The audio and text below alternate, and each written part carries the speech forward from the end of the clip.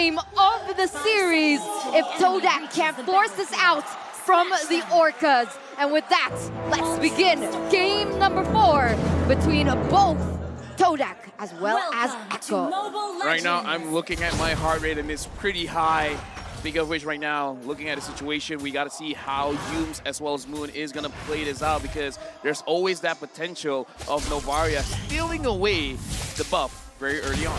Yep, there's a lot that the Novaria puts on the table. It's just a matter of timing, and if Todak's communications are on point, especially now that their backs are against the wall. True, true. And that actually is going to be applied in all these 3 lanes as well, right? So far, how is this Yuzong and the Lapu Lapu matchup going to look like? Well, it looks like Momo is going to take a lot of damage, so I don't know how to follow up on that conversation now. I mean, it changes at level 4, no? Yes, definitely, definitely. But, yeah, that's because Sanford used his full combo. Yeah. His level 2 combo. Dude, again, that's pretty hard. Betty Cutie breaks the GPM high score again with 947 gold per minute last game. Rival is here to help out Momo. And now, again, so far, it looks like a lot of attention has to be given over to Momo. Momo needs the babysit for just a little bit. Sanford showing Momo not a good time. And that's the question, right? Because right now, it's very different. When we saw those 2 lanes, it's usually in favor of Echo, but this time Todak does have a winning lane, which is in the gold lane. Do you think they're able to play around that, play around Chiku? Honestly, I kind of feel like this is also a false sense of security, but the moment Chiku tries to go for that trade, all of a sudden Yaoi is there. So even if you're winning the lane, you could end up losing just because all of a sudden Yaoi's a thing. So it really depends on where Yaoi is situated on Exactly. the map, right? Okay, but so far he's in mid. He hasn't really focused on the gold lane just yet. You can see that Echo, they're trying to play with their winning lanes. And here we go, so much action here in the bottom side, or what is going to be a lot of action in the bottom side. But actually, no, yo. It's a lot of action from Echo, and Todak understood that, you know what, they have such a great advantage in early. Let's just give him the turtle. Clean take for Echo. Sanford, man, this is the Sanford effect. The fact that once he opens the Black Dragon form, everyone's like, you know what, I don't want to mess with this. The guy is kind of strong on this hero, so we're not going to do much. For now, Chiku, guys, is able to win out just a little bit. But again, Yumes and Yaoi. So both roamers have roughly the same idea, but Sanji is there. He could provide the backup that could change the tide. So looks like Toda, they're not going to go for it. What are they going to go for here, right? There's not really any objectives on the map, but... Look at the sandwich play. There's a kick on the Yumes, the first to fall. Echo draws first blood. 800 gold lead already here in the first 3 minutes of the game. And before the first turtle, right, everyone wanted to go to that level, that EXP, right, to get that level, to get that level 4, because both of these roamers are relying on that. So far, there is a pick on to Todak, but what else can they utilize? Because like I mentioned before, there's not many objectives on the board just yet. Do they want to focus on pressuring the gold lane? Honestly, at this point, I'm just looking at Yumes, because Yumes so far has been quite a bit. Rival trying to set something up for his team, but could be very, very dangerous here. Now, Retribution used onto Rival as well. So far, this is a lot of nothing team fights. But Momo going up against Sanford, almost winning that 1v1. All right, so it looks like Momo, as you mentioned, Eterna, that dynamic should change once Momo hits level 4. So I think it's closer to a 50-50. And yeah, I have to note as well, the relative absence of both teams in the XP lane. If it's all about gold, then they've both decided, yeah, this is a gentleman's agreement, we're not going to XP. Yeah, I kind of feel like at this point, for both teams, they're like going mano-a-mano. Yumes against Yaoi, Sanji against Moon. Because I kind of feel like every single time they're targeting, they're targeting their counterpart. Because again, even from game number 1, Yaoi, who are you catching? Yeah. Yumes. Everyone's just like, yo, let's do 1v1, 5 different places. And Yume's back on Yaoi as well. So Whoa. there's a little bit of beef there, but here we go. 40 going in deep up top. Yumes gets the pull on the Benny. Rival with the heavy spin, gonna pin down Sanford. Momo gets the kill. Yumes though goes down, taken out by Benny Cutie. That fight's still happening up top, but down here near the orange buff, Rival falls. Carl Teasy got his eyes on the orange buff, gonna steal it away. 2-for-1 trade, nearly 3. Oh, it could be 3 right now. They could go for it. Gets taken down. Benny goes deep behind enemy territory, and all this while, by the way, it was started off by Echo taking second turtle. Again, I gotta say, that was a very risky play going for those minions. But again, this is kind of like the Todak playstyle. It's like, yeah, I die, it's okay. I don't look at KDAs that much. And now, Rival and Carl TZ again. Mano a mano up top. Yumes gets caught again by Yawi. Who the orange, the purple go to? All right, so at least Rival got his purple. That's not so bad. But given these movements in the jungle, that gold lane got popped wide open. Tier 1 goes down. And that's not great, right? Because now, what we thought was a weak lane, what we thought Benny Cutie was playing weak side, he's been fed 3 kills already in the first 5 minutes of the game, and he already has his first item on the way to the second. Meanwhile, Beatrix still stuck at that. I mean, ultra late game, Beatrix should have the advantage just because you have a lot of range as long as you can handle both Sanford as well as Yawi. Now, concealed play, Yumes. Will he go for Sanford right now? Sanford wants to fight back. He sees Chico guys, he sees Moon, he wants Moon. That's a full combo set in by Sanford. Black Dragon form straight into 4. Let's see. Rival playing footsies. Astral Echo set out. Sanji catches that bolt. And now Yumes, the only one left forward. Divine Judgment. In comes Chico. Looking for more. Not enough damage. Carl TZ, the middle of 3. In comes the headbutt from Rival. No dice. But look at mid. Oh, all this time, Echo's buying time. Benny gets a push. A little bit of miscom, I think, there because Yumes wanting for the cash, but I kind of feel like Chico guys, he did not have his ult ready. If he did, I kind of feel like that was a kill. The basic attacks, not enough just yet because Chico guys just has the Blade of Despair, which is great, but kind of great when you're using your ult. Basic attack for right now, with the deficit that you have, not great. 3.6k, 3.7k. Chico guys just needs a little bit more. He needs a little bit more. His team needs to buy him a little bit more time, but that's the problem. Do they have enough time? Echo are playing the map exquisitely, right? Already getting that top tower as well with just how they were able to manipulate those side waves.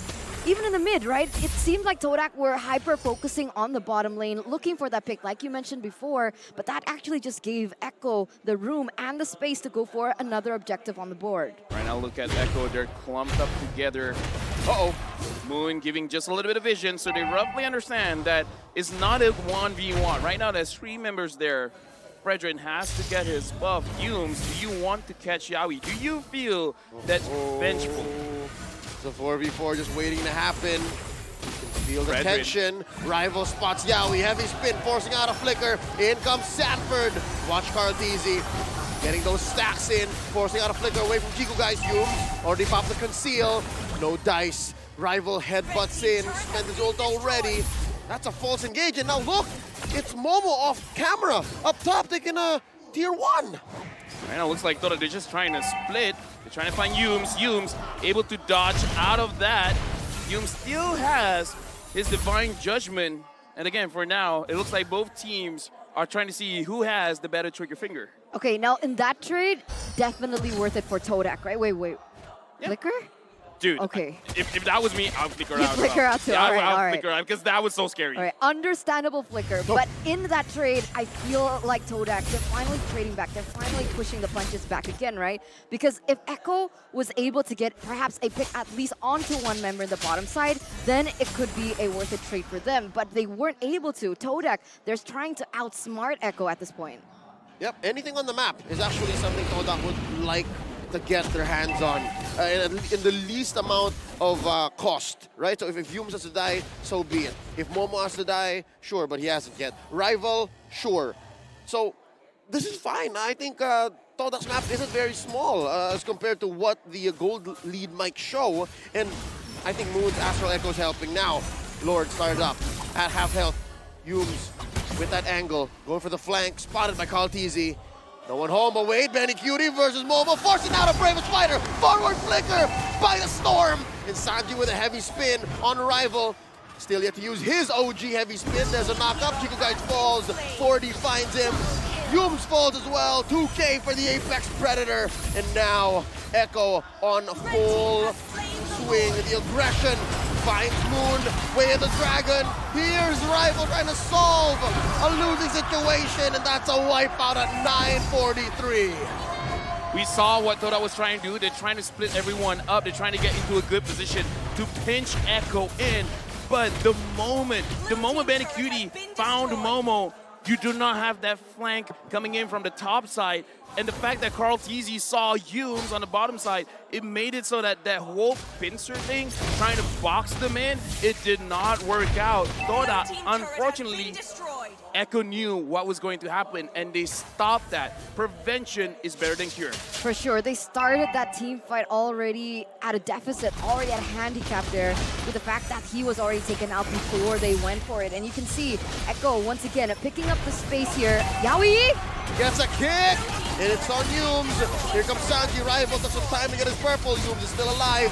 Watch how Momo and Rival draw a line. Heavy spin set up. Yawi very low. Gets on out of here. They pop Rival. Sanji gets the kill. Todak are holding on.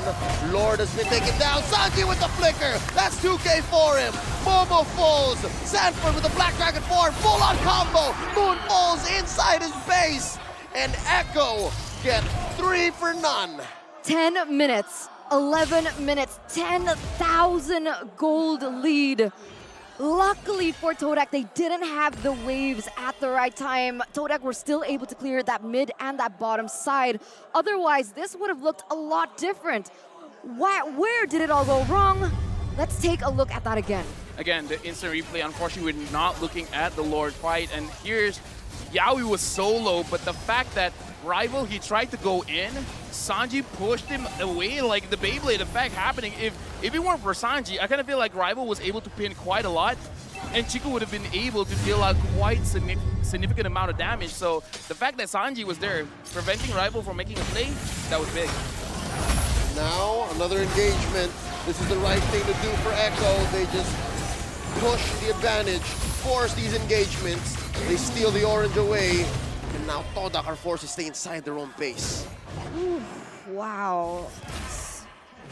Echo just completely dominating here in the 12th minute of game. And when we took a look at that replay, right, it was such an unfortunate Astral Sphere. It should have hit Yawi. It was a few centimeters off in terms of that range. But later on, right, we're already 12 minutes in. Moon should be getting those items back.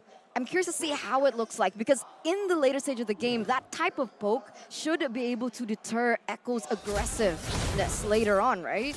Moon needs 2 items, you guys needs 4. Going up against this composition, the fact that you guys can't deal out easy damage is quite a problem, because now Chico guys even has a Wind of Nature, so he can survive a little bit longer going up against Sanford.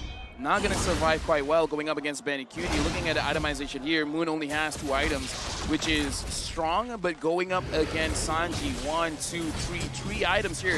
And the fact that there's a lot of penetration coming in from the Genius Wand as well as the Arcane Boots, Chico won't be able to do well because he has absolutely no magic resist. Oh man, and unfortunately Yawi as well as Carl Teasy already do. So Benny Cutie is full item, by the way. yeah, Novari needs at least penetration at this point, right? Divine Glaive or even the Genius one.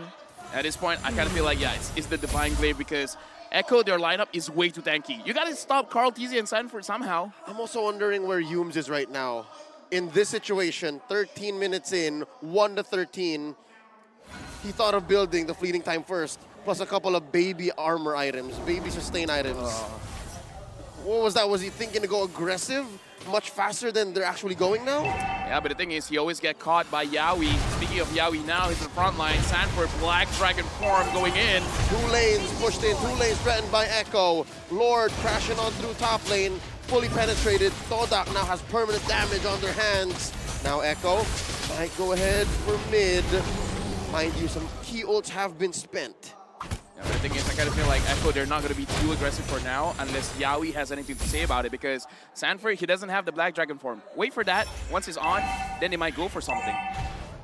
Oh, they're not playing that top side? Wait, a concealed play. They find the goat. Carl Teasy with at half health. Oh, now no. they have isolated Chico guys. Sanji with a heavy spin of his own. Double kill for Sanji. Humes is already out as well. Moon falls. It's just Momo and Rival left. Momo gets popped. Rival inside his base. What's he thinking? What's he gonna do? Echo has no waves in mid, but they do down bottom. Yawi's still here, living on the edge. Black Dragon form. No. Echo smell blood. It's just Rival against the world. Ladies and gentlemen, Echo are just waiting for these minions to move on up as they make it to the next stage. They have not lost a single match